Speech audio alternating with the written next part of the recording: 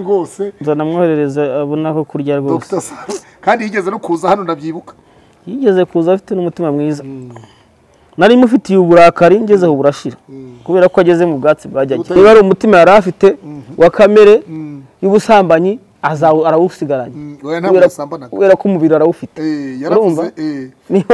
cyakoze yaravuze ati jewe witwa Discrema wa DCTV Discrema yaramubajije ati Brian ko wajya gutukana n'abantu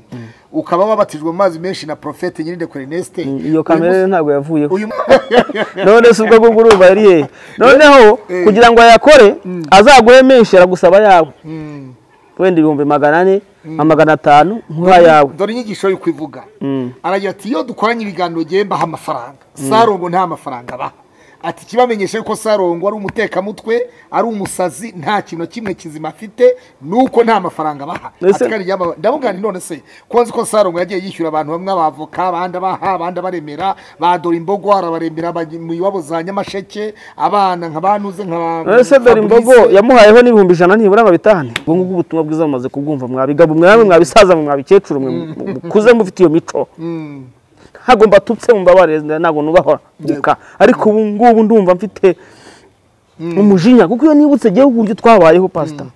birambabaza mwiza Sarongo mwabibonye ibyo akora nimwamwemeye kandi mumubona n'amaso muzamwibuka yarapfuye bade gwabaye umuntu witwa Sarongo buretse nca mw'ijambo ngiye gusoza turi mu gihe cyo kwamamaza ndi mu mwuka niho ndamamaza aho niho nkubwira abantu kugira ngo bave mu byaha batore urumva bave mu mateko yo kwangisha ibandi gihugu aba bana rero bavutse niho nababwira ngo mujye gutora urubyiruko kubera ko niyo mufite ikibazo mama we nababwira ngo wowe shango waruzi ko uri umuhutu ngo waruzi ko bari batagukunda umubwira uti ntabwo nkiri umuhutu ndari umunyarwanda reka tubashimire mwebwe mwese mudahema kudukurikirana umunsi ku wundi iyi ni Ikaze TV Rwanda wowe uri mu Rwanda turagusuhuje birashoboka kuri burebe iki kiganiro ari mu gitondo turagusuhuje birashoboka ko kireba ari ku manywa cyangwa se nimugoroba cyangwa se ari ninjoro reka tukubwire ngo awerereye hose Imana iguha umugisha kandi ikibazo waba urimo cyose tukubwire ngo humura nta joro ridacya hanyuma rero kuri kamera turi kumwe na press igiye mwumva ni Pastor Claude imbere ya kamera umutumirwa mukuru dufite ni Dr Rurangirwa Wilson wo mukunda kwita alias Sarongo cyangwa se biterwa nuko umwita wowe bitewe nuko umubona cyangwa se wamubonye ariko twe tumuzi nka Dr Rurangirwa Wilson ibindi arabibibwirira Dr turakwakiriye murakoze cyane ndabashimye Ikaze TV amahoro y'Imana Dr amahoro gira amahoro ariko nayakubwiye umeze guteze twari turaho ndanezerewe cyane ko uyu munsi jya mutagendanye turi kumwe yabone ko turi kumwe nuko gusa abari hafi aho nkoni nayinyisize hirya gato kugira ngo utaza kuguhungabanya kwica ikiganiro Dr iminsi myinshi umeze neza twari turaho nta kibazo hano barabaza bati Dr ko tutakimubona Dr byagenze bite Sarongo yaburiye Sarongo waburiye he ko abantu ngo batakikubona nuko bajyaga bakubona wahugiye mu kazi kenshi yewe umwanya munini mbandi mbamvura abantu ujyanye yabira abantu kuko umwanya wo guta ntabwo mufite kuko hari ibintu byinshi byo gukora ariko si ukuvuga ngo kujya ku itangazamakuru no guta umwanya gukora ifite icyo yigisha abantu benshi ariko nanone kandi guharira umwanya wawe social media ukareka kujya kuvura abantu bimbuza umwanya nyine niyo mpamvu kenshi muzabona Sarongo amaze amezi 4 5 6 7 8 ari havura abantu kandi ntibimphungabanye kugira ngo bariho bazi ko yo navuze wenda abantu bamenya abantu baramenye baranzi ntabwo bisaba kwirirwa mbabwira mbasubiriremo Sarongo niba narababwiye 1 2 3 yego mazaje ku biganiro byanjye hanyuma bandebe ushaka kumenya Sarongo ajya kujyashaka ikiganiro aho navuze hanyuma kumva yamara kumva akanshaka akambwira ikibazo afite tukakivugana muzambona gake rero ariko yonje mba mfite impamvu nje kugira ngo tuganire kuri byinshi none hariho n'abataramenya yego kandi bababaye n'abatarakumenya kandi bababaye Dogiteri uyu munsi muri iki gihe turi kuri tariki 22 twe abakandida barimo bariyamamaza ibyo bintu birahusha ibyo bintu ni ibiki abakandida barimo bariyamamaza ku mwanya wa perezida wa repubulika ku isonga hari umukandida wa FPR Inkotanyi bwana nyakubahwa Dr Paul Kagame ubu ni dogiteri yabonye dogiteri ikomeye cyane yabonye dogiteri ikomeye cyane hanyuma hari na Dr Frank Habineza Green Party hakaba n'umukandida wigenga Philippe Mpayimana akora muri bumwe muri Minisiteri y'Ubumwe bw'Abanyarwanda Dr Frank Habineza yari umudepite mu nteko ishinga amategeko akaba na perezida w'ishyaka riharanira ibidukikije ryitwa Green Party hanyuma Paul Kagame akaba chairman cyangwa se nawe perezida w'umuryango FPR Inkotanyi akaba na perezida wa Repubulika abo bakandida batatu nibo dufite ubu rero kuri iyi tariki ya 22 bose batangiye gukwira uturere batangiye kujya mu turere gushaka amajwi mu banyarwanda kugira ngo bagaragarize ibyo bazabagezaho uyu munsi umukandida wa FPR afite ahahera abandi ngira ngo bakora mu bigo bya leta bayobora bafite ba boss babayobora mu bigo bya leta nta jambo bavuga mati aha hakorwe gutya bigende gutya urabibona ute mbanje kongera none kubashima ikiganiro cyiza muzanye muri ibihe turimo yego byo ko tugiye kujya mu matora yo guhitamo umuntu uzatuyobora muri iyi manda y'imyaka 5 yego mu by'ukuri kuba twe tukiriho tugihumeka n'iby'agaciro kandi dushima n'Imana ko abagiye gutora muri uyu mwaka bazahageze yego kuko ubu haraza kuba barabapfuye kandi bari biteye gutora mujye mushima rero ko abantu mukiriho n'abazahageza muzashima uwo munsi kuko muri mu gitondo baraza kubika abantu nijoro barabika abantu n'ubu hari abamaze gupfa bari bazi ko bazatora kugira ngo rero umuntu agere ku kintu gikomeye uri aba agomba gushima buri kanya yego uyu mwuka duhumeka kirere Imana badutije tujye tukishima tujye dushima jewe rero abo bakandida bose uvuze ntabwo mbareba cyane ndareba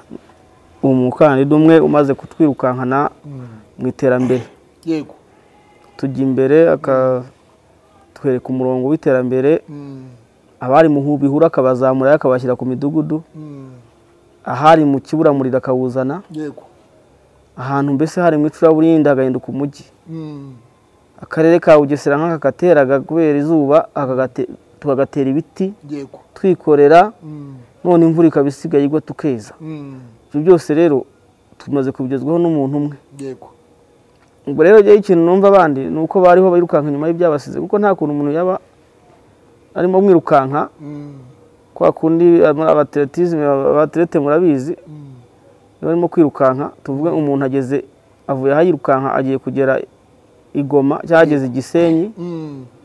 mu majyaruguru yego za Musanze wowe ukiri hano Nyamata wazamukura he ni ikibazo gikomeye no kuvuga ngo rero bariye bameze nk'umuntu urimo kwirukanka umuntu ushaka gufata ugeze Gisenyi ugeze Musanze nawe ukiri hano Nyamata ntabwo byashoboka ntabwo byahura ahubwo icyo numva nuko nabo bahindukira bagatera igikumwe hahandi tuzagishyira ku gipfunsi kandi nabo bari abakandida bari bakwiye guhindukira bakarizayininga ubu ngubu iminsi iracyahari hari abiyemeje guhindukira baravuga bati ntabwo twatanga umukandida ku mwanya wa perezida wa repubulika aho ngabo n'abenda bemera cyane ati kandi dufite intore zirusha intambwe dufite Paul Kagame usanzwe uyobora u Rwanda wakuye u Rwanda habi akaba rugejeje heza aho harimo PSD iyobowe na Dr Vincent Biruta hakabamo PER iyobowe na Mukabarisa Donatille wari perezida komisiyo umwe wari president wa komisiyo y'umutwe w'abadepite n'iyindi mitwe ya politike isanzwe iri kumwe na FPR Inkotanyi harimo PDI n'izindi abo bose rero baragira bati twebwe turi inyuma ya FPR Inkotanyi ku mukandida wa perezida wa repubulika abo barakoze ariko nitugera ku badepite mu nteko aho naho turajya ku ruhande tujye twishakira yacu burabivuga hiki abo ngabo bagize neza aho kugira ngo wiruke inyuma y'uwagusize ahubwo umukore mu ntoki ngwite waradusize ukure ingofero nurangiza umushimire nibagera ku badepite aho nta kibazo kubera ko inteko buriya ni inteko nyine abantu basangira ibitekerezo bagahuriza ku kintu kimwe kizima hanyuma bakagenda mu murongo icyo nzi cyo nawo umurongo bazagendamo undi ni wa wundi yego kubera ko ntago bazatsinda FPR FPR ni timu ni umuryango utsinda yego udasubira inyuma kandi utumbiye hamwe twese abanyarwanda ukuvuga ngo rero niba turimo kandi utsinda ntabwo nzi ko nabo bazajya n'ibitekerezo byabo kure yego yuriya muryango niyo mpamvu rero nsaba abantu kugira ngo tuzatore ishyaka FPR dutore n'umukandida waryo kuba perezida wa Repubulika Paul Kagame je ntangiye kwamamaza akanya kubera ko hasigaye umunsi ngo byarangiye na n'ubundi kiganiro kirajyaho mu gitondo itari kiraba yamaze kugeraho yagezeyo rwose ndamwamamaje uyu munsi umunyamabanga mukuru wa FPR Inkotanyi ku rwego rw'igihugu na ambasaderi Gasamagera Welaris yavuze ati rwose dufunguye umuryango open tariki ya 22 umukandida wa FPR Inkotanyi aziyamamariza aho bita Ibusogo mu karere ka Musanze ubwo ne karere ka Burera Musanze na karere ka Nyabihu ahave yerekeza mu karere ka Rubavu aravuga ati kandi ikindi dufite na channel ya YouTube ya FPR Inkotanyi ati abanyamakuru babikeneye batumenyesha bakajya bakuraho link bazishyira ku bitangazamakuru byabo bwana Dr Rurangirwa witeguye mu gitondo kuzinduka kuri uyu munsi 22 uragiye Ubusogo cyangwa se uzagogerera Kindama ya Ruhuha mu Bugesera ndetse n'Igahanga yewe ni tayari kuzajya ku Ruhuha yego Kindama ejo kwanza tuzajyayo ariko nzabanza kuvura abantu hanyuma nindangiza mfata umwanya nirukanka njye kuhareba abantu baho kandi tubashyiremo morale uko twitegura ubukwe kugira ngo bazawutahe hanyuma dukomeje nibiki turahera kuri wowe wubatse imihanda ibiri Intsinzi TV yaragusuye wubatse imihanda ibiri umuhanda uzaho ukorera akazi kawe ndetse n'umuhanda werekeza aho utuye muri Maranyundo hano ni muri Kayumba Girego izi mbaraga wazikuye kuki wazikeshaga iki muri ubuyobozi bwa Perezida Paul Kagame imihanda ifatanya na leta kubaka imihanda kandi nk'umuturage kandi umuntu ukunda igihugu ntago yikunda yego ndangagaciro ziranga nyakubahwa Perezida wa Repubulika harimo kutikunda hakabamo gukunda abanyarwanda cyane kuko ngira ngo muzamurebe neza ko nta mwanya ajya agira wo kuyikunda sindamubona umwanya w'umara mu bintu bitamufitiye akamaro yego n'amafaranga ngo yangize mu bidafite akamaro igihugu ugereranyije n'ibindi bihugu njya mbona abaperezida bajya uburyo bitwara ibidabyara by'ibyo birageriye birarutiye inshuro zingahe usanga bari ku mazi bari mu mato manini bamanitse amaguru nk'abasore urumva ibyo byose rero yego nyakubahwa Paul ntabwo uzabimusangamo niyo mpamvu izo ndangagaciro tuzimwigiraho nanjye nkazimwigiraho nkumva yuko muri duke mfite yego n'ubumenyi mfite ngomba kubutanga kugira ngo byubake igihugu simvuge ngo aya mafaranga nk'uko abantu bavuze ngo banabuze aho nyashyira kandi nagenderaga mu binogo nagenderaga mu mihanda y'ibitaka ese niba hashoboye guhinduka umukara bitwaye iki ese ejo nimpfa nzawukuraho nzasigaraho n'ubu kandi si uwanjye gusa n'abaturage bawunyuramo urumva bawunyuramo ikindi bakabona yishima kutagendera mu muhanda y'ibitaka urumva kuko imihanda y'ibitaka murabizi ukuntu iragoranye ibinogo imodoka zirapfira iki ubwo rero ntabwo nataye umwanya hari byinshi nari kuyakoramo ariko kiriya cyambereye icy'ingenzi kugira ngo nkore umuhanda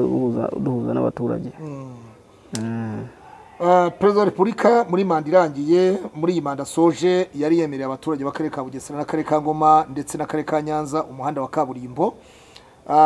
iyo unyuze hano umuhanda w'ishyamba wa Kamabuye ujya Ruhuha rwa Busoro aho ni mu karere ka Nyanza twinjiye mu karere ka Nyanza ndetse kugera ku Gasoro umuhanda wa kaburimbo wagezeyo ndetse muri Ngoma naho ubu muhanda ikiraro cya Bugesera cya Gashora na Sake nacyo cyarakozwe neza umuhanda barimo barawukora wa kaburimbo nk'akarere ka Bugesera uyu munsi wa none ikibuga cy'indege kirahari kaburimbo hano muri Bugesera zirimo nyinshi ku bwinshi, mujyi wa Nyamata ni kaburimbo. Iyo urebye itandukaniro mu myaka yatambutse no muri iyi manda nyirengo yakangaye ya nyakubahwa perezida wa Repubulika asoje, urabona niki abanyarwanda tukwiye kwishimira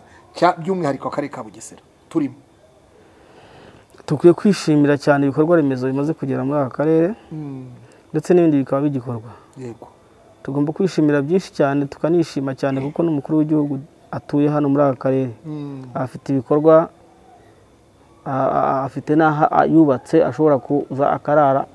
akakirira abashyitsi agakomeza urugendo rwe. yego, nubwo atariho honyine kuko we ni umukuru w'igihugu, ni umwami, agomba kujya aho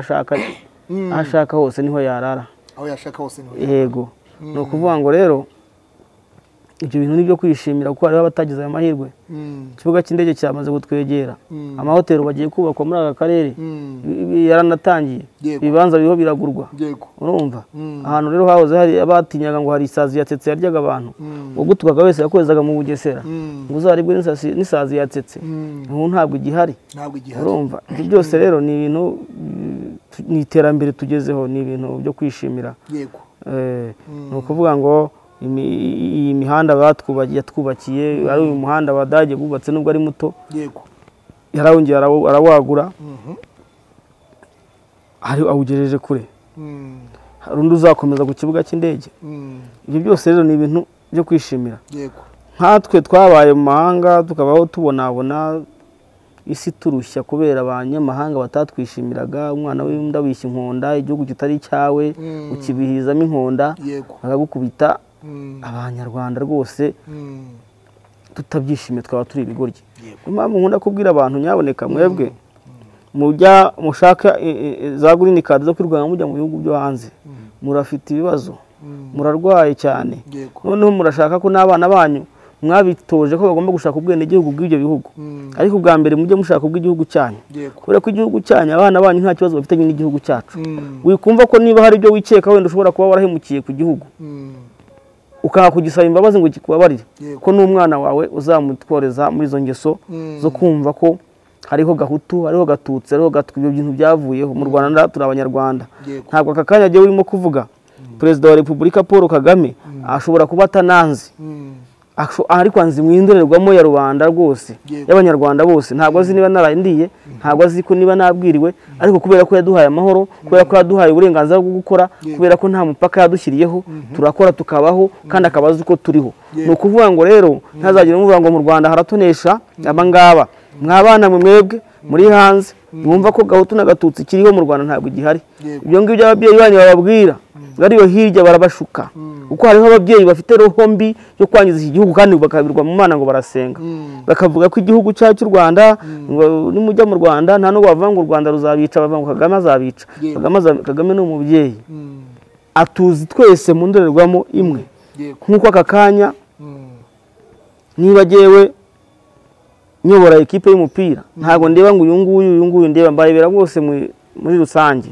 Urumva noneho umukuru w'igihugu rero aragutse muri ibyo ngibyo, kandi akunda Abanyarwanda, arashaka ko tugikorera igihugu tukagiteza imbere. Arashaka ko ayo mafaranga mwabana mwe mukorera aho ngaho, mwirirwa aho ngaho mubiri icyuya, mumeze nk'abakoroni hanze, kuko hanze mukora amasaha, inzu muyishyura ku masaha, amazi muyishyura ku masaha, niba mbabeshyeye mu bimbwire, buri kimwe cyose mukishyura ku masaha. Ariko twebwe mu Rwanda ushobora kuryama 12 wakoze ukaruhuka wangiza ugashaka ugakora, ariko ntabwo muri Amerika bishoboka, ntabwo mu Faransa bishoboka, muri mu nganda zazindi zitaruhuka, urakora amasaha bakakubwira ngo nukora amasaha 4 turakongeza amafaranga, nuko 12 amafaranga ariyongera. Iyo bintu bikagushyira mu bukoroni bwo gushaka gukora amasaha menshi kugira ngo ubone amafaranga menshi. Kwa kundi urimo gukora rero urakoronejwe n'akazi, kandi amafaranga ukora ntagwira. Urumva kandi ntabwo yishimamo mu gihugu kitari cyawe, kubera yuko nta munyarwanda wewe uri ruhande rwawe uravuga n'abazungu bagacaho, nawe ufite inzu yawe hariya uraramo, nta muntu muganira, nta muntu muvugana. Urumva amwana wanyu ntabaganira na mugenzi we, bari muri niga how you niga muri ibyo ngibyo abana banyu barimo. Mugomba kubakundisha igihugu, ndetse mugashaka n'amatike mukabeza muri vacances mu Rwanda, bakaza bakarutembera ko ntacyo bishinja. Urumva niba papa we warakoze n'ubutera hamwe ukakora ayo mabara ukica abantu uri mu gihugu cyo hanze warahunze, cyangwa ukaba wagizemo uruhare ukaba aribyo wikeka, umwana we bimwigisha mu gutu igihugu kiragukunda, mu gutu igihugu cy'u Rwanda cyaragiye ku murongo. Hari umubyeyi waje aracyubaka,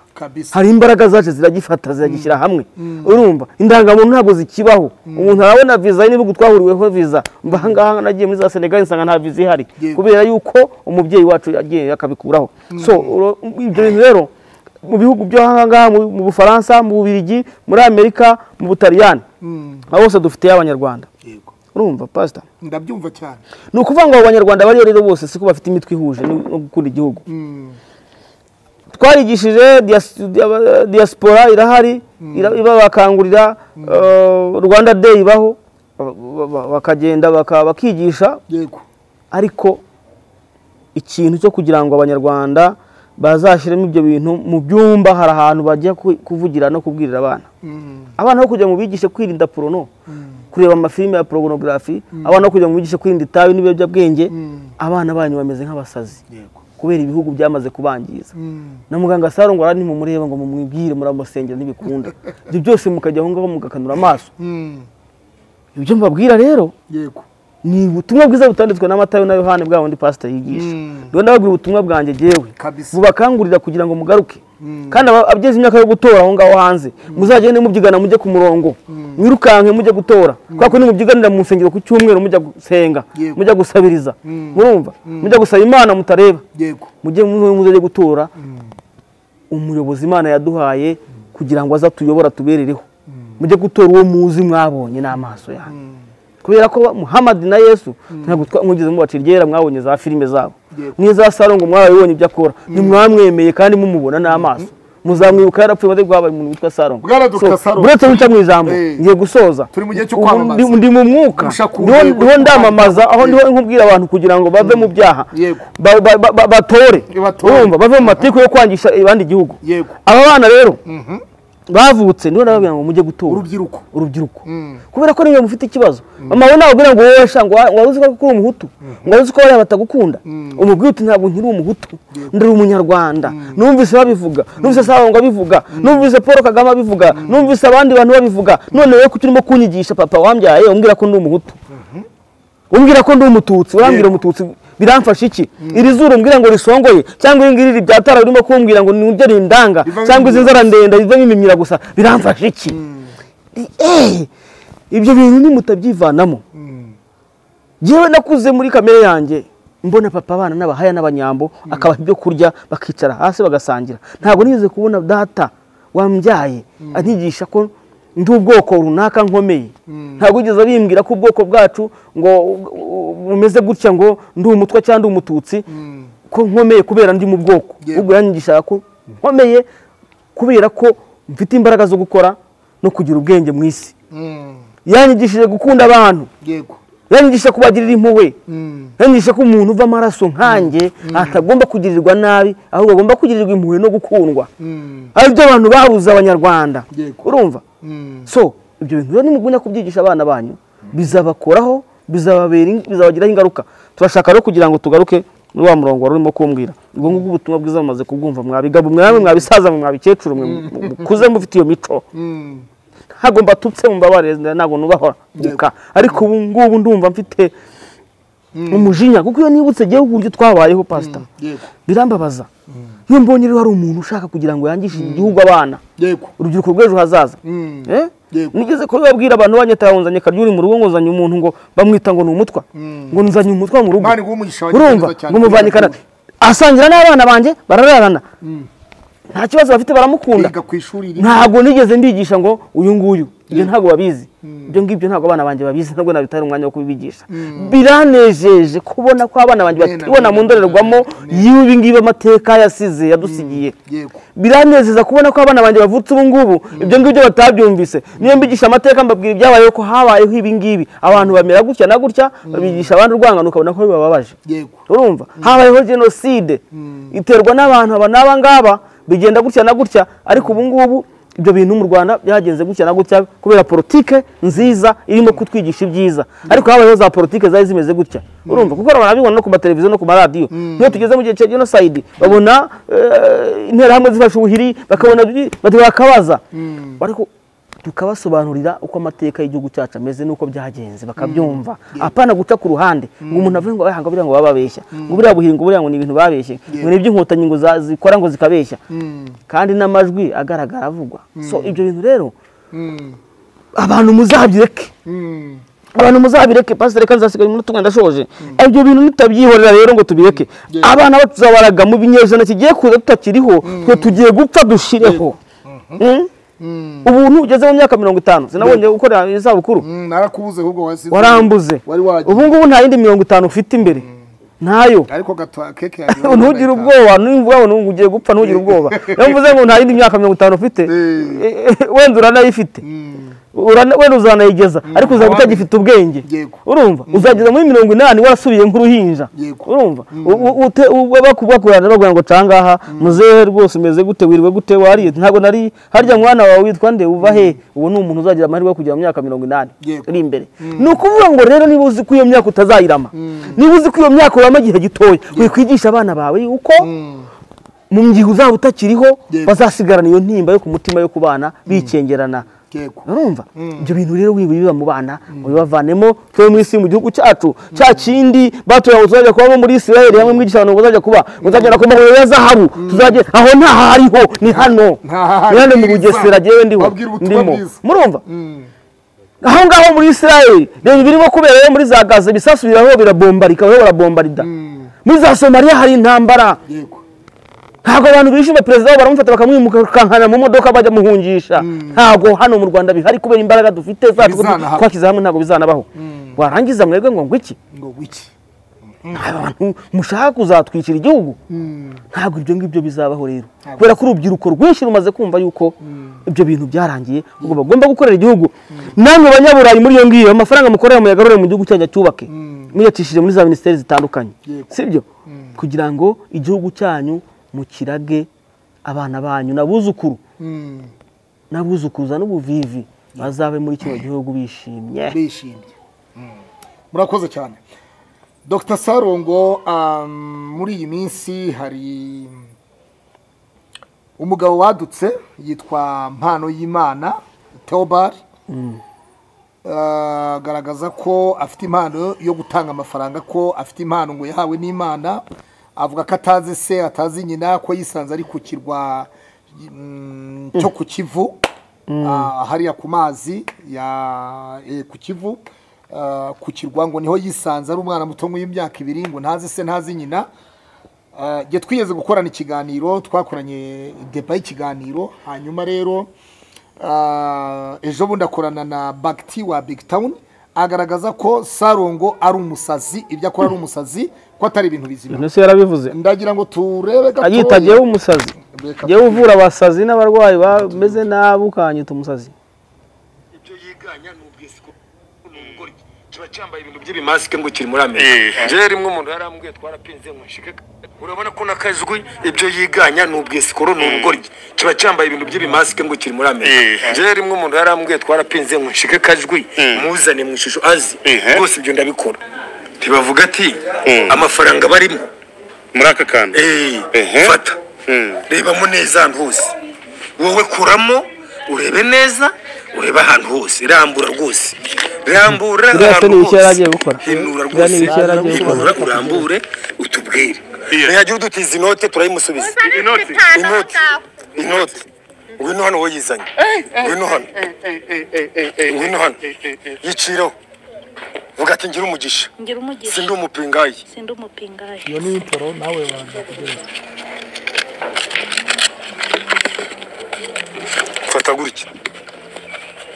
fata gutya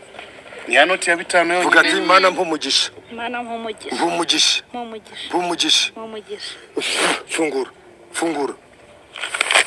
fungura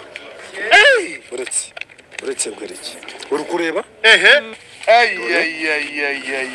kwanza we aza mujye mujyane mumvaze fataho nawe ngiye sinyashaka akira mugabane ya na amafaranga se yara na amafaranga dore imbogo niko shaka uri kureba kwizi karita ushobora kuzindura umukandara wazambara dore ziba zinakomeye wabikora zikongera zikagenda zimeze kwa kundi wabikora si buke mwazizanye ariko mana Zicange turebe.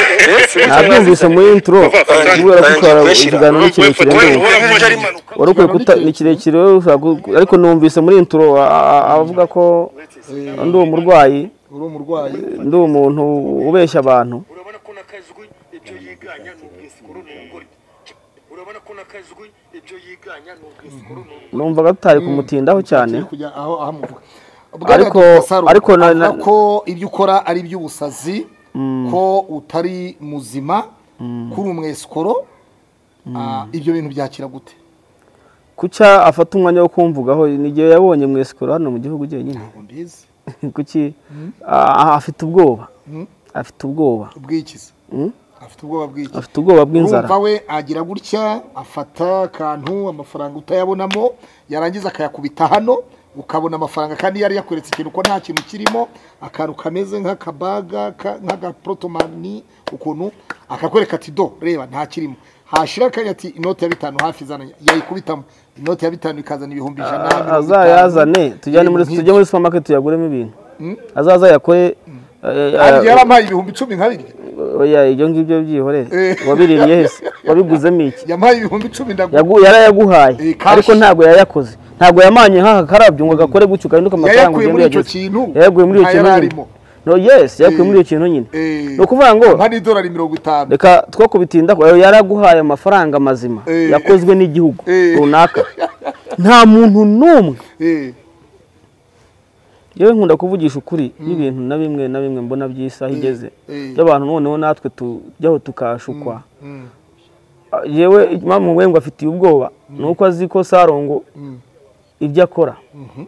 afitiye ubwoba rero kubera ko Sarongo ibyo akora agenda umuvuzi undi ni umumaji magic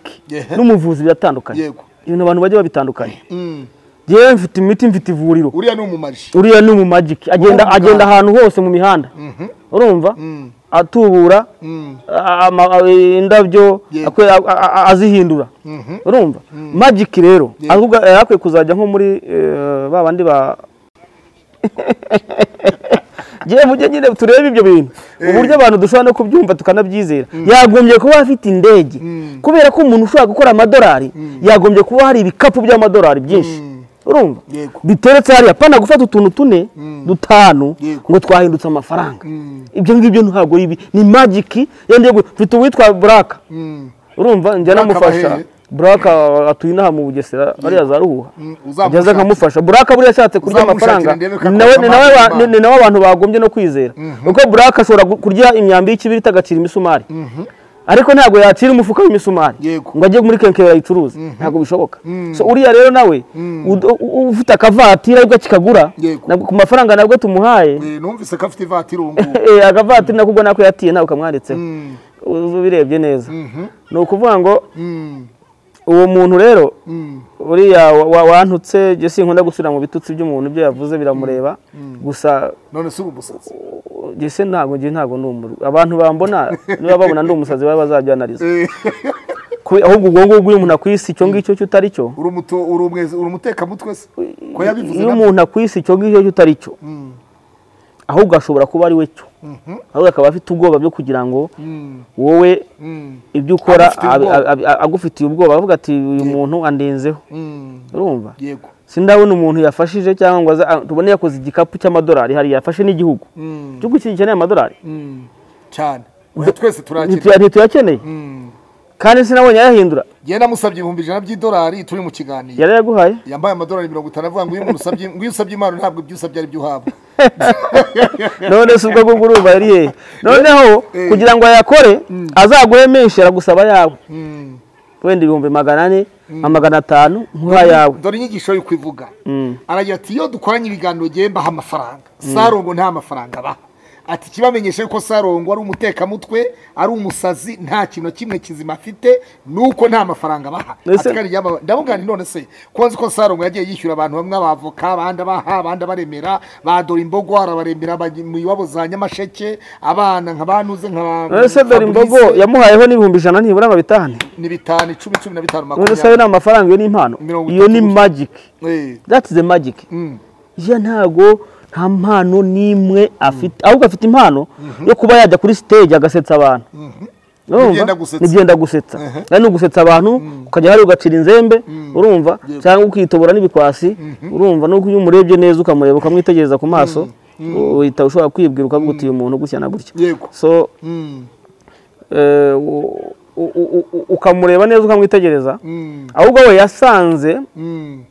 yisanze yize magic amaze kumenya magic atangira kureba ubwonko bw'abantu aravuga ati impano yanjye ni impano koko arayifite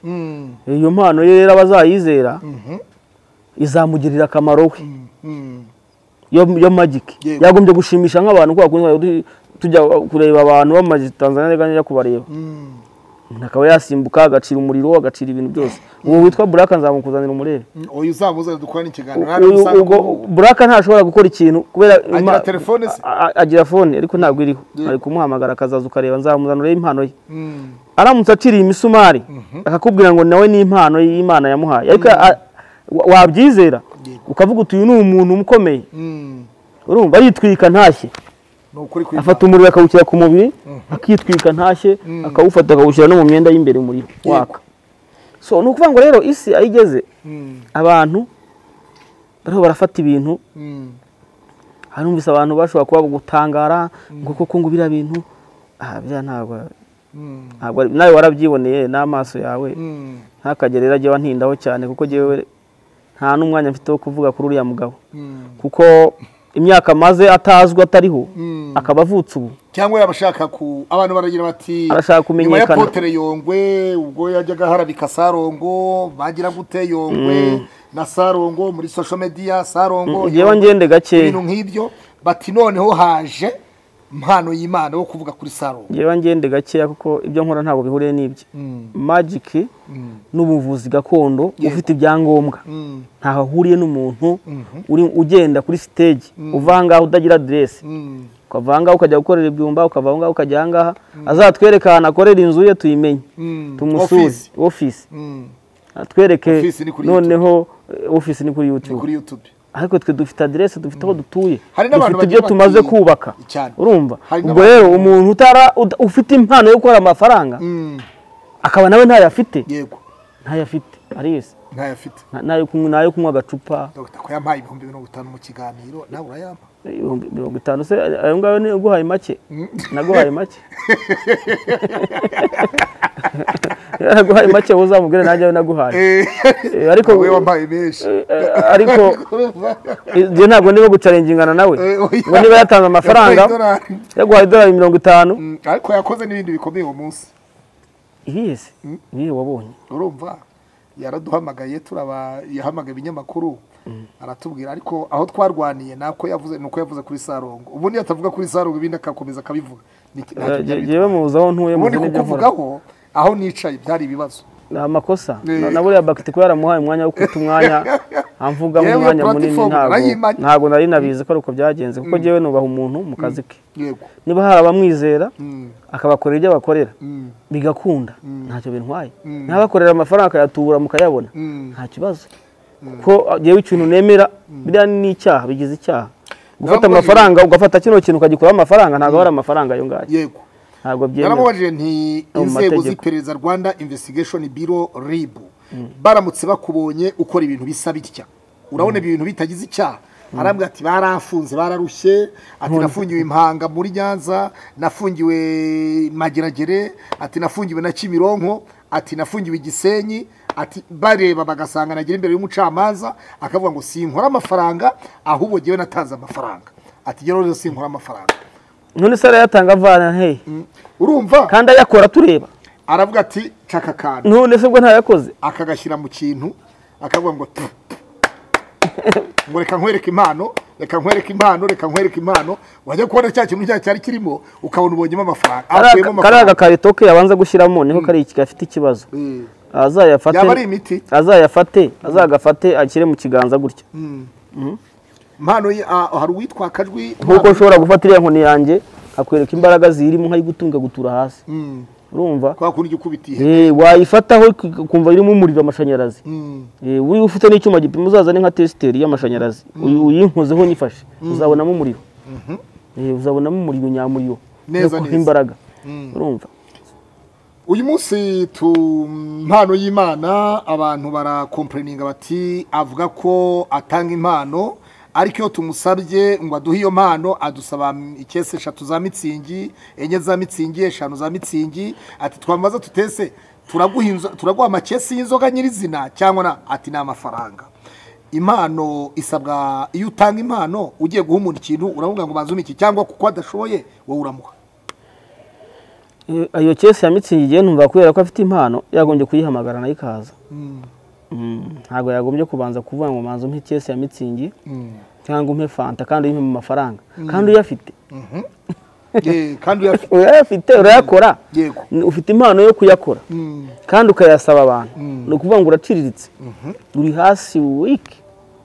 Yewe ndemera ko mvura umuntu akaha amafaranga urumva kubera ko nkeneye ko ubuvuzi bwanjye buramba, ariko wowe urubaka iki? Nkeneye ko umuntu uri buze kubura umuti aza kuza kubona undi bivuye mu mafaranga urumva. Nkeneye ko umuntu navuye akaza gushima aza kuzana amafaranga kuko ari yadutunga, ariko ntago nkeneye kubwira umuntu ngo ndaguha amafaranga nyatubuye. Nyemera ko jewe ushobora kuba barazinze inzira z'amafaranga nkazifungura ukabona amafaranga ariko yakozwe na Beneri urumva, amafaranga yakozwe na Banki Nationale ataturutse mu byatsi. Nemera ko ushobora gukora ugakora amadolari yakozwe n'umunyamerika ariko biciye muri Banki Nationale y'icyo gihugu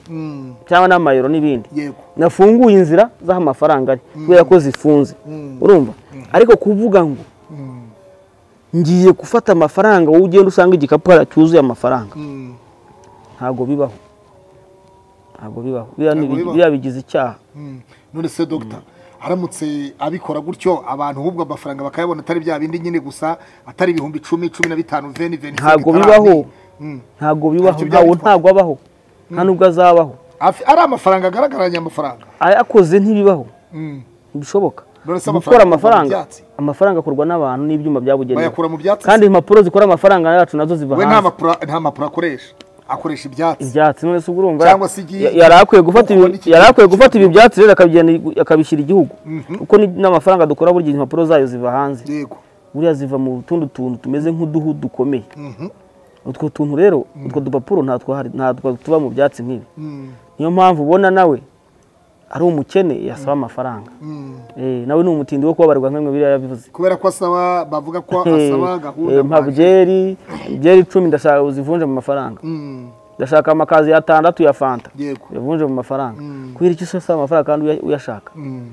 So iyo rero rwose wa muhungu reka ngugire inama ntuzongere niba ukora ibyawe bya magic ishimisha abantu uje kuri stage tuyaguhe. Hari umudamu ku Ruyenzi ya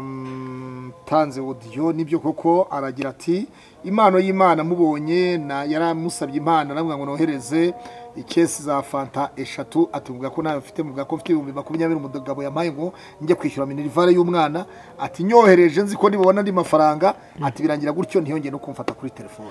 Hanyuma ibintu nk'ibyo yongwe afungwa ubugenzacyaha bwamukekagaho ko yihesha ikintu cyundi akoresheje uburiganya. Zana amafaranga, zana ituro gira gute hanyuma ngusengere ibyawe biboneke. Ibyo bintu ntabwo byabihuye n'ibyo ngibyo bya Yongwe kwihesha ikintu cyundi hakoresheje uburiganya. Of course ni uburiganya. Kuvuga ngo ukora amafaranga wanza kandi ngo nibaguhe tuyaguhe. Ni nyaguhe kandi nawe mpandi kandi uyakora. Yego. Banzi wowe yampe nta n'ikwanza nta n'ikintu wowe ukeneye. Kubera ko ufite byose. Ufite amafaranga, ufite byose ukibubura n'urukundo. Yego. Kugira ngo ukunda abantu ariko niba ufite uyakora yaduhe twese.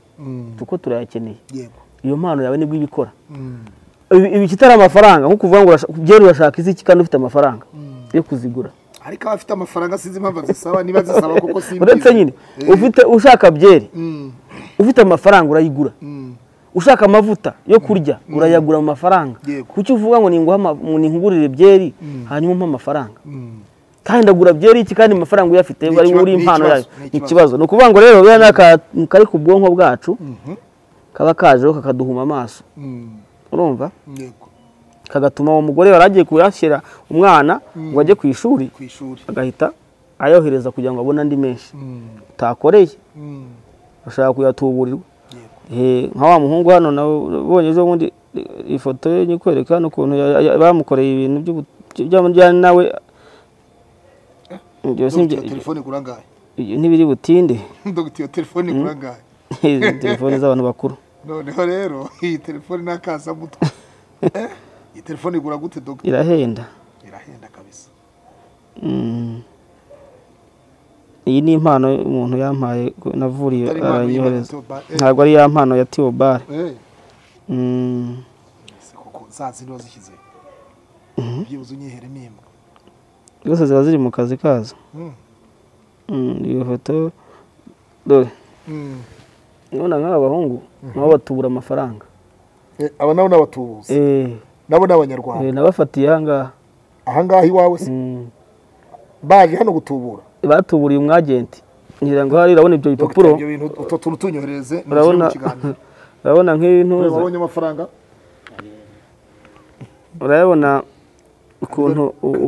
yareka ibipapuro by'amakayi aba n'abatubuzi dore ko batubura afata ibipapuro by'amakayi akabirenzaho inote za 5 urumva yarenzaho inote ya 5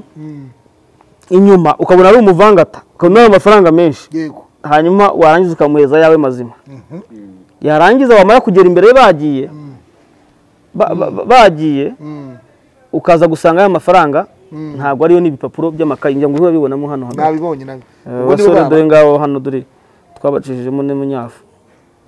hano yarimo kuyabara aryamye hasi yahamagara mugenzi we bari wiga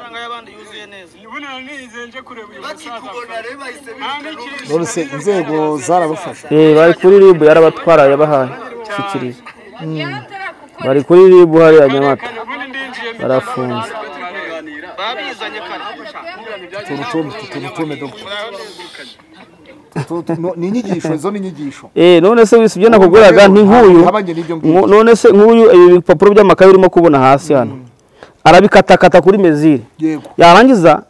akashyiraho amafaranga za 2 n'iza 5 inyuma akabara ko ari nk'ibihumbi nka 30 ashize inyuma y'izo mpapuro zo zirimo hagati urebye gutya ku ruhande ntabwo wabibona unahengetse gutya ku ruhande ntabwo wabibona urumva urabibona ari uko uzihambuye uzikuyeho rubber band cyangwa ka simbo nibwo uri buze kubibona noneho bakagura bati wowe wari ufite angahe tugiye nari mfite 500 batugufite 500 tureka tuguhe miliyoni 3 yego ariko uramutse ufite izindi miliyoni nk'5 twaguha 20 ni igihe amafaranga ibintu byarakomeye yego noneho barangiza ukavanamo wari ufite umuhungu yari afite mu bya 500 azi ko batwaye miliyoni 3 yewe yaranambwiye ati ngiwe nagiye nihuta mbasiga kugira ngo nzi ko ndabibye nzi ko mbibye uko bampaye amafaranga menshi nandi ndabibona ashyira mu kabaga ageze ku ndagiye kubara ubwo urumva already bagiye amafaranga mazima bayatwaye ahambuye asanga mu bipapuro by'amakayi ibingibi nahoze nkwereka nabibonye nabikweretse hano byo turutume hanyuma ibyo rero nibyo twavugaga by'impano n'uyu nguyu yawe ati mfite impano yo gutubura amafaranga ariko mu by'ukuri utwaye ibipapuro ntabwo utwaye amafaranga so abantu rero muri ubwo buryo bajye bahumuka bareke kubeshywa umuntu bitari byiza mu bintu bitari byiza hari umusore muri Leta Zunze za Amerika afite channel yitwa ngo Kakajwi k'iwacu muri Amerika no munyarwanda agerageza kugaragaza ko no muri Amerika abantu nk'abo bahari bashobora gukora ibintu by'ubumaji nk'ibyo ngibyo ko ari ubumaji akora ko mpano y'Imana akora ibintu by'ubumaji atari amafaranga abatubura nyirizina ko hari n'uburyo ndetse ngaba yafite akayacisha ahantu munsi akunda ngo kwicara hafi y'ameza nk'uko twicaye akaba yacisha munsi hanyuma amafaranga akaba afite hano yasa n'ugira gutya hanyuma abantu barangaye akagira gutya akahita yashyira muri ka kantu kugira ngo noneho bigaragare ko amafaranga atubuye ngo ari impano itanzwe muri ako kantu Kakajwi waba umuzi uramuzi muri Amerika ntabwo ndamukurikirana ni umuntu uri nawe ashobora kuza gukora ikiganiro ngo tugikoranye ariko akora ibintu biri ntuze avuga ati kuko sinzi ikiganiro yigeze kugukora avuga ati uyararutwa na Sarongo ako kajwi ndabyibuka yigeze kubikora hanyuma ntabwo ushaka ko dutina muri iki kiganiro tugana ku musozo abantu barakubuze muri iyi minsi baravuga batese Sarongo yabonekaga muri Sagazi we na Yongwe nyuma yuko Yongwe acishije make yegere mu by'Imana atongeye kuvuga ku bantu Dr Sarongo nawe yahise aceceka aba mu office gusa kwajya njya kuri social media hanyuma byagaragariza abantu ko ahari Yongwe se ko yafashaga Yongwe yaramfashaga none mwaramuhemukiye impano y'Imana yaje impano y'Imana ntabwo nakompenta nawe uriya rwego ariko rwose ntabwo ushobora guhura n'urwa Sarongo urumva Yongwe yavugaga iby'Imana agaragaza imbaraga z'Imana ngaragaza ko Imana nanjye iri muri je inkoresha urumva Yongwe akavuga ibintu bitandukanye social media zigashyuha ejo nanjye nkagaruka nkamusubiza nabonye akanya ariko ubu ngubu asigaye abwiza ijambo ry'Imana ararokotse ubu yabaye Yongwe nyawe unyirizina ubu uraboneye noneho ubu niwe Yongwe nyawe ubu niwe Harerimana Joseph Harerimana Joseph warokotse yego ariko akebuwe n'amategeko adukuriye twese no kuvuga ngo rero uyu nguyu impano y'Imana sinshaka no kumya kumaraho umwanya ni umunyarwanda aba mu Rwanda yego wenda afite n'ubwene gihugu icyo agomba gukora ni ukureba iya ntabwo ari ni impano ariko itagomba gukora mu buryo ayikoreshamo arashaka kumera nk'umuvuzi arashaka kumera nk'umuntu upfumura akagira ibyo akura ahandi hantu arashaka gukora ibintu mbese genda kwisanisha n'izindi mbaraga afite avuga ko yavutse nyina na Satamoza arabaza naho baba barabazi banariho rero ntukajya wita ababyeyi bakiriho ni amakosa dusoza DJ Brian yagiye mu mazi menshi arabatizwa hanyuma amaze kubatizwa abantu baravuga bati buri yishwa ko ari pranka Dr Brian waba warabonye abatizwa mu mazi menshi kwa Pastor Ernest nabonye kuri TikTok umaze kubona Brian yabatizwa akajya mu mazi menshi watekereje iki cyo natekereje nuko nta kintu byamukuyeho ntacyo byamukuyeho ari amazi ntacyo yamuvanyeho niba ari imbyiro yarazitahanye niba ari umutima yari afite wa kamere y'ubusambanyi arawusigaranye kubera ko umubiri arawufite cyakoze yaravuze ati jewe witwa Discrema wa DCTV Discrema yaramubajije ati Brian ko wajya gutukana n'abantu ukaba wabatijwe mu mazi menshi na Prophet Nyirinde Ernest iyo kamere ntabwo yavuyeho uyu munsi none umuntu uzaza ati jewe uzanuka zamuha nyina ati ntabwo kuba narabatijwe byose nkubwira ni kamere ntabwo yavuyeho urumva nayo ngo arasambana niba yari afite uwo mutima ntabwo wavuyemo kubera ko amazi ntabwo yawukuyeho bamuyisize mu mazi asahoka yumva ameze neza yumva ari umutwaro atuye ariko mu masegonda make umutwaro ukagaruka kubera ko abantu bamwataga ntabwo bapfuye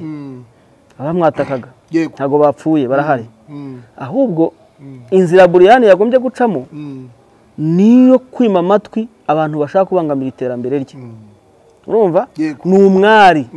utagomba no kujya muri social media ngo utukane si DJ harya udije imiziki neza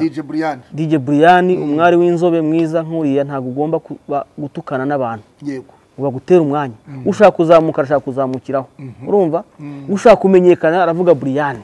urumva abo bantu rero ugomba kubirinda kugira ngo imbaraga zikurimo zakoraga umuziki neza zigukore neza noneho kandi ntabwo bizagukuraho yuko uzatera imbere kubatizwa kwawe rero nta kintu na kimwe biguhinduyeho ahubwo icyo ukora ni uguhinduka kamere yawe ukayihindura wamara guhindura kamere wamara kuyitsinda ukajya kubatizwa aricyo kimenyetso kigutwara mu mazi yuko wahindutse ntabwo umuntu kuhita wirukanyira mu mazi ngo ukore ikimenyetso bigaragaza ko wahindutse ahubwo mbere yuko umuntu abatizwa ubanza guhinduka wamara guhinduka ukiyakira wamara kwiyakira indangagaciro za Yesu indangagaciro za Yesu ziturinda kamere yo gucumura ziturinda kamere yo gusambana ziturinda kamere yo gusinda mu bantu mu ruhame ziturinda kamere yo kwiyandarika izo zamara kukugera undi mwaka wa kabiri ukaguteho ni munkorera ikimenyetso cyo kumbatiza kigaragaza yuko navutse ubwa kabiri kuvuka ubwa kabiri ni ukureka ingeso za kamere ni ukureka ingeso z'ibyari bikubase ni ukureka ingeso z'ibintu byari bikurimo byagupushingaga gukora ibyaha aribyo byakugaragazaga nabi mu bantu aribyo byatumaga umuntu akuvuga gato ukabura mututse aribyo byatumaga umuntu akureba nabi nawe ukamureba nabi aribyo byatumaga umuntu aguhangana nawe ugashaka guhangana nawe ibyo bintu umaze kwiyakira ukabimenya ukavuga uti ibintu ngiye kubishyira ku murongo umwe abantu ntibaguhungabanye nk'uko urimo kuvuga ngo Mana y'Imana yantutse anyita umusaza anyita iki ntabwo ibyo byampungabanya ahubwo byahungabanya we kubera yuko jewe ndakomeye nzi icyo ndicyo nzi uwo ndiwe nzi akamaro mfitiye abantu urumva ndi muri bo nabo bari muri jewe urumva kubera ko ibyo mbakorera birahamanya n'umutima wanjye nabo so ni ukuvuga ngo rero ntabwo Sarongo uzamusanga atukana nyandagazi urumva uzansanga ni mu bikorwa by'urukundo uzasanga ni mu bikorwa mu nzego ndiho kubaka gufashanya nazo ndi hamwe nazo ntabwo uzansanga rero ndimo ni ku social media ntukana ngo ejo nongere njye mu mazi ngo nabatijwe ngo nabaye icyaremwe gishya. hanyuma tariki ngirengwe enye z'ukwezi kwa kane ngirengo kwa kane kwa kangahe sinazanye na nyajenda RIB yafashe abantu bita abapfumu ngo babaga Gikondo bava Gikondo bajya Gatenga bava Gatenga bajya Ruyenzi bafite inzoka ndetse n'akanyamasyo. RIB ubu rwego rw'ubugenzacyaha umuvugizi wa RIB Dr Murangira atangaza ko abo bantu ndetse no kuba bari bafite inzoka nzima n'akanyamasyo ari ukwangiza ubukerarugendo bw'igihugu inyamaswa. hanyuma kandi ikindi ntibari bafite adresse nta byangombwa bari bafite bibemerera gukora umwuga nk'uwo. abantu nk'abo babitira Bwana Sarongo urababwira iki urasubiza iki? Sarongo ufite ofisi ufite aho barizwa uwagukina afite agusanga. abantu nk'abo bakora bari panya birukanka hirya no hino abantu batagira ibyangombwa bakora kimwe cyangwa se abantu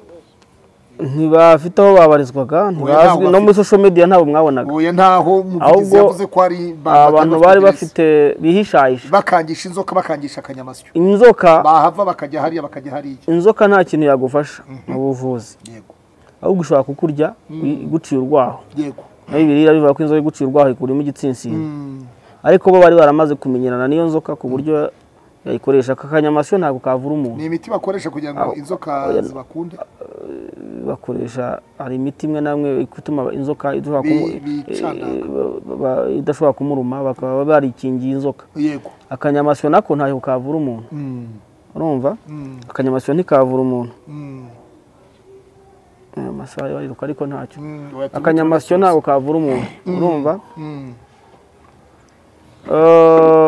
inzoka ntiyavura umuntu. yego niyo mpamvu ibyo bintu bitemewe byangiza ibidukikije. yego byiza by'u Rwanda ukabifata ukabivurisha gakondo ntabwo rero ari byo. bariya abantu rero baragaragaye harimo n'abandi batagira ibyangombwa ariko ibintu byose namwe mu bupasiteri bwanyu ubona ko impehe zuzuye kuri social media umuntu aravuka akagira gutya irondo ryivanze n'ibisabo. yego niyo mpamvu kenshi haravuka abapfumu uyu munsi ijoro n'amanywa ngo ugiye navutse ngo nitwa ngo kanaka nitwa ruca ibigango kanaka. so niyo mpamvu ugiye ubona mbigenda gake sigaye mbigendamo buhoro nkafata umwanya wo kuvura abantu abanzi muranzi. ni ukuvuga ngo rero ibyo bintu ntabwo ari byo. abantu rero nk'abo bazavuka igihe cyose banahozeho kuva na kera. abapasiteri b'ibinyoma bahozeho abaprofeti b'ibinyoma bahozeho mu buvuzi gakondo ni uko nguko urumva. ariko reka tureke amategeko akora ibyayo kubera ko n'ibizibiti bimwe byaragaragaye nyine byo gukangisha abantu inzoka. ntabwo ari byo. ese ubundi waba ufite inzoka mu rugo umuntu akazamuvura gute? ikibazo gikomeye. yewe nabonye inzoka iwawe iritambatamba ku muryango ngo nakwinjira iwawe nk'umuvure. hari ukuntu ugiye abantu sinzi ukuntu bameze. abantu nka bariya murabagira mu rugaga rwanyu bavurisha inzoka bagira inzoka n'utunyamasyo tw'ibikangisho. ibyo ngibyo barahari babihishahisha. hariho n'abandi baba bazifite mu bitanda byabo barazibitsemo ku buryo izo nzoka ayigaburira akayimenyerana nayo. so ibyo rero byo bidutwera umwanya. ntabwo inzoka yavura umuntu akanyamasyo ntikavura umuntu havura imbaraga zo kwirukana imyuka mibi kubera ko gakondo yahozeho kuva kera urumva. kera abasogokuru bacu batongeraga indwara zikagenda abaraterekeraga bagaguterekera abarozi bakakuroga bigakunda. niyo mpamvu Sarongo hari kugira ngo arwanye abo barozi urumva. niyo mpamvu ndahangaha kugira ngo nirukane imyuka mibi iri mu bantu babuze uburwayi indwara zaho zokamye urumva bagiye kwa muganga ahantu hose bikanga urumva. ngiye nkabanzi ku buryo iyo ndwara itongerwa ikagenda ariko ntabwo nzabona nkoresha inzoka cyangwa nkoresha akanyamasyo. akantu katancika Ezekiel umugore we kuwa kabiri yaramuhamagaye. Ezekiel yari mu kiganiro kwitwa Karosi nawe ngira ngo wajye bakurikirana kuri social media. umugore aramubwira ati ngwino usanga urugo rwawe jyewe nigendeye singikeneye kubana nawe. umugore afata moto ebyiri ivarisi arahambira mari arigendera. kuwa gatatu kuwa kabiri Ezekiel arampamagara mubuza kubishyira kuri social media. hanyuma bitarenze mu masaa 2 mbona Sandrine Gasaro yabishyize kuri social media na Pastor Justin bari mu kiganiro bavugana na Ezekiel ati umugore yagiye ati bimeze gutya na gutya ibintu nk'ibyo kandi jye namubuje kubishyira kuri social media saa 5 z'ijoro n'igice Sandrina na Justin bajya kureba Ezekiel Katabaru Kimisagara baramukinguza yambaye agakabutura n'umwana w'umukobwa w'umukozi aryamye mu ntebe ibintu nk'ibyo urabivugaho iki ku bijyanye n'amakimbirane yo mu ngo amakimbirane yo mu ngo no hampurisa aba pastor umukozi w'Imana sinzi umuntu yavuze ati Sarongo yabateyemo jajya ziwe yongo yamuteyemo jajya arafungwa Zekeri nuko bigenze Fabrice yaramuteyemo jajya arafungwa ibi bintu ni ibiki wowe inama wari wamugiriye yari nziza kuko niho turi busore inama wari wamugiriye yari nziza yo kudashyira ibintu muri social media yego agatwara ibintu bukeya akabahamagara mukazajya gucyura nk'abapasiteri mukajya gucyura mwubahiriza umuco wa Kinyarwanda yego mugaterura inzoga mugaterura imitobe kubayinywa nazo ntizirimo ubwo ni imitobe imitobe nazo ntacyo muzitwaye hari abazinywa n'amafanta mwarangiza mukagenda mugacyura umugore agaruka kwa Ezekiel ibyo ngibyo ntibijye hanze nishikagaruka ariko kubera yuko isi yamaze kononekara abantu bashaka views bashaka n'ibiganiro bahise bamwataka birakunda urumva yego Sandra muramurenganya kubera ko nawe ni umucuruzi aho byakomeye ajyayo kandi yarabanje n'abazana agira ubwite aravuga ati ibi bintu ko atari byiza ibi bintu ko atari byiza ko ati nta kibazo bimbwiye ati ntacyo bimbwiye Ezekiel icyo namubwira amanuke mu Bugesera azapfukama imbere ya jajya amubwira ati jajya mbabarira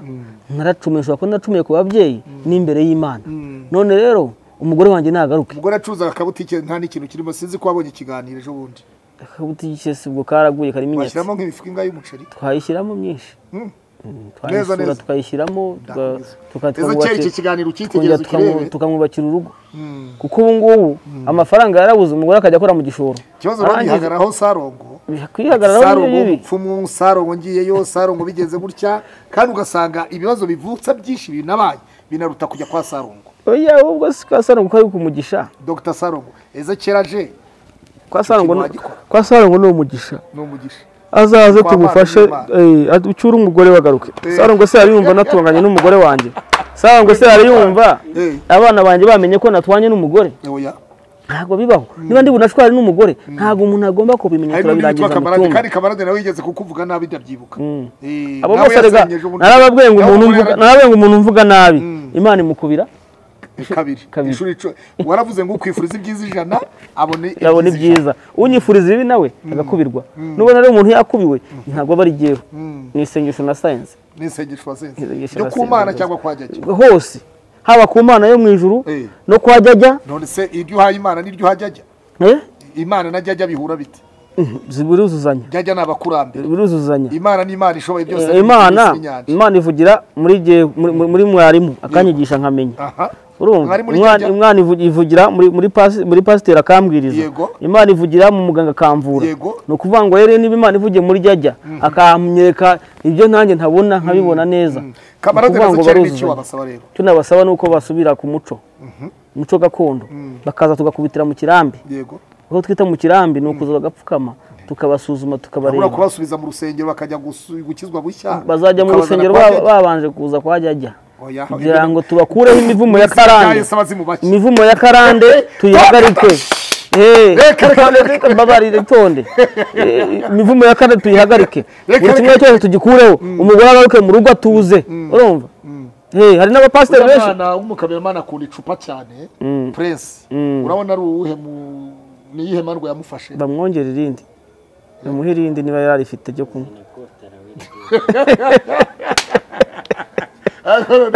Dr Sarongo rero kugira ngo ayireke agomba kwaza akanywa nyinshi hanyuma zikamugwa ku nzoka Ezekiel umugore yagiraga gutya bapfuye 1500 n'umugore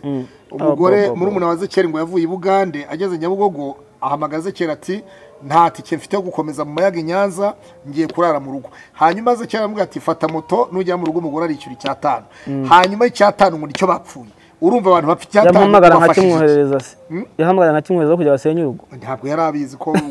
ntiyarazi ko ubwo buntu wabumuha ubuntu ntabwo yarazi ko urubiya buntu bigezaho icyatanu gihe tume mu senye urugo gira iki jambo bwire Ezekiel icyo nabwire Ezekiel wamufasha iki icyo nabwire Ezekiel nagaruke ku muco ariko waje tukajya kumusura Katabaru tuzamusura ku muco ubu nuko turi mu bintu byo matora yajegereje yego ibintu bya ariko mo hagati ntabwo byazatubuza gusura umuntu nk'uwo wahungabanye kubera ko ubu nawe yataye ubwenge niba yajyaga abwiriza n'intama ntabwo ziza kumva kubera yuko nawe ubwo atameze neza ntabwo umuntu wahungabanye yabwiriza kuri hazi hejuru katabaro naho ndahabona aturanye na Rayon Sport neza aturanye na Rayon Sport agende rero muri akanya kubera ko bari mu rugo wenyine agenda gure ka Primus nta kintu ajya guri iki ka Primus ku iduka akagotomere kugira ngo n'ibitotsi aryame ameze neza aryame neza asinzire kubera ko yanyweye amazi cyangwa icyayi se byatuma aratekereza cyane ariko namwe ga Primus gatuma agira neza ibyo simbimugira hanyuma agenda aryame yirinde gusinda ariga inzoga sikibi anyweye kamwe rero yakiyongeza na kakabiri na kagatatu kakaziramo ntacyo nashaka ngo tune apfa kudasagarira umuntu wakubwira nimero yose ukamwohereza hanyuma akagura icyo ashaka nka nomero ye ndebera nimero ze kera ushaka zana ndebera nimero ze kera koze kera ari mu bibazo bikomeye cyane wimuhamagara zana nimero warashiduka abona umugisha wamugezeho zeki rwose nzanamwoherereza abona ko kurya rwose kandi yigeze no kuza hano ndabyibuka yigeze kuza afite n'umutima mwiza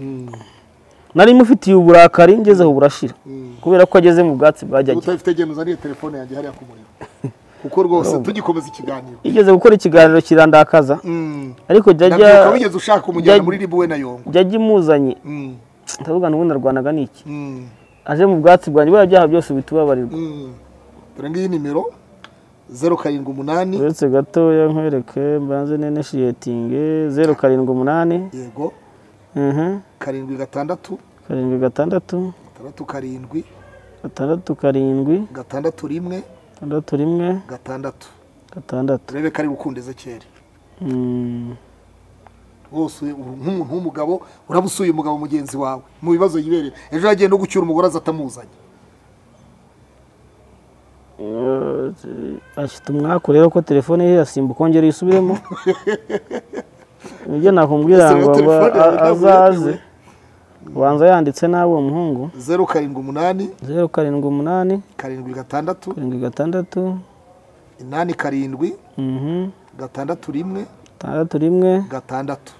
8 6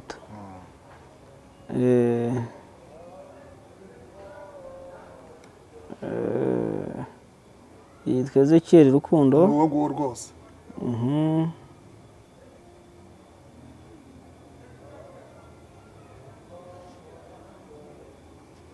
Ezekiel rero wamubonye Dr Sarongo kubera ko wigeze kugera iwe yamugeze ufitanye ibibazo ngo byararanye ngo gusuye nk'umugabo yamugezeho rwose agenda ajya kuri butike guri umuceri kumva ntibimeze neza namwoherereje niko byubakitse uremewe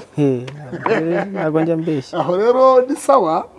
hanyuma turi ku musozo rero tubwira abantu badukurikiranye uyu ni Dr Rurangirwa Wilson nawe uri umuvugizi mu kanya telefone ziwe arazibahereza turaza no kuzishyira ku kiganiro mujya mu rimwe na rimwe ariko uzi ko abantu bajya bahamagara ngo nibahe nimero zawe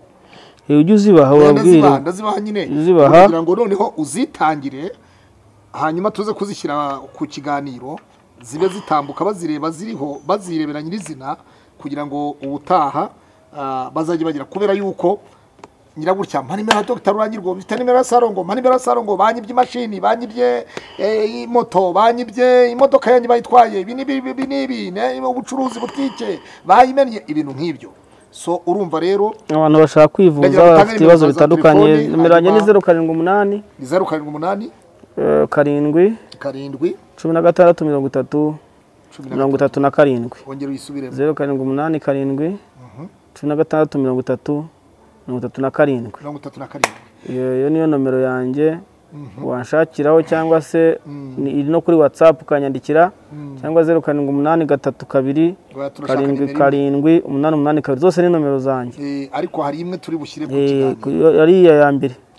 iri na WhatsApp yego hanyuma ubutumwa watanga dusoza ubutumwa natanga nuko twitabira amatora yego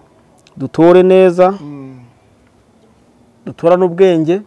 dutora abazatugirira akamaro ntawe ndi busabe guhita kumuhitiramo ngo gira gutya byo nababwiraga ariko genda yamamaza umukandida Paul Kagame wa RPF. Abakubuze bo urababwira iki? Abambuze nyaboneka mfite umwanya munini wo gukora nkagira umwanya muto wo kuba kuri telefone,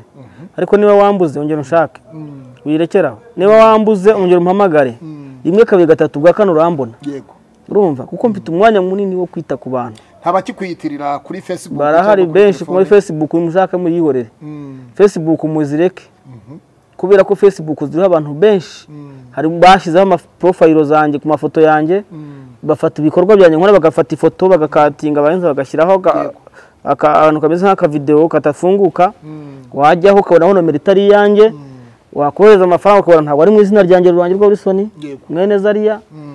ugasanga rero muribwe. So kuri Facebook no kuzindi mbuga nkoranyambaga munshake kuri nomero mba nababwiye direct aho ngaho niho muri ba muri mu mbone. Mwakoze cyane. Turabashimiye mwese rero kuri kamera yari Prince, je mwumva ni Pastor Claude, twagiranaga ikiganiro na Dr. Rurangirwa Wilson alias Sarongo, bamwe bamwita umupfumu, abandi bamwita umupfumu, abandi bakamwita Rurangirwa Wilson Dr. ariko ni dogiteri, ni umwubatsi, akaba umuvuzi gakondo, cyangwa se we uko mwebwe uko mubyita bitewe nuko mubyita, twebwe ariko tumuzi nk'umuvuzi gakondo ufite ibyangombwa bitangwa na leta n'ikigo